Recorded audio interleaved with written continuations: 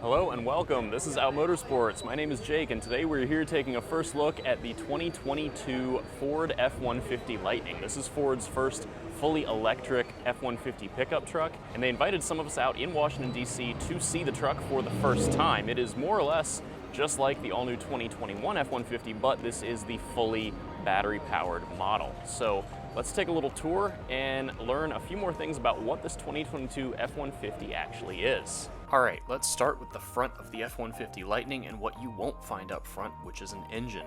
The whole drivetrain is packaged under the truck, and up front you've got a power-operated front trunk, aka the frunk.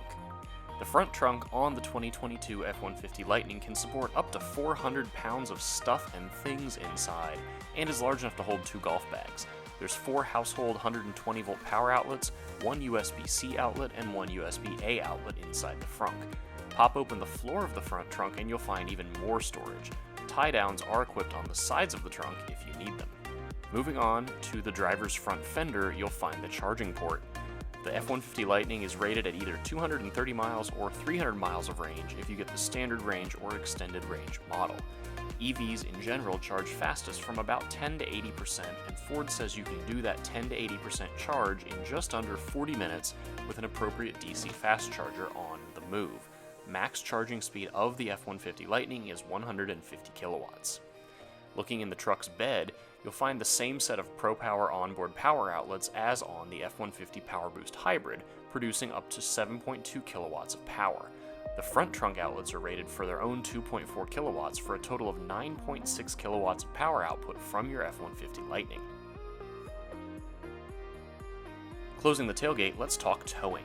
The standard range F-150 Lightning is rated to tow 7,700 pounds with a maximum payload of 2,000 pounds. Extended range trucks are rated to tow more weight at 10,000 pounds, but you lose a little bit of payload down to 1,800 pounds thanks to that heavier, longer range battery.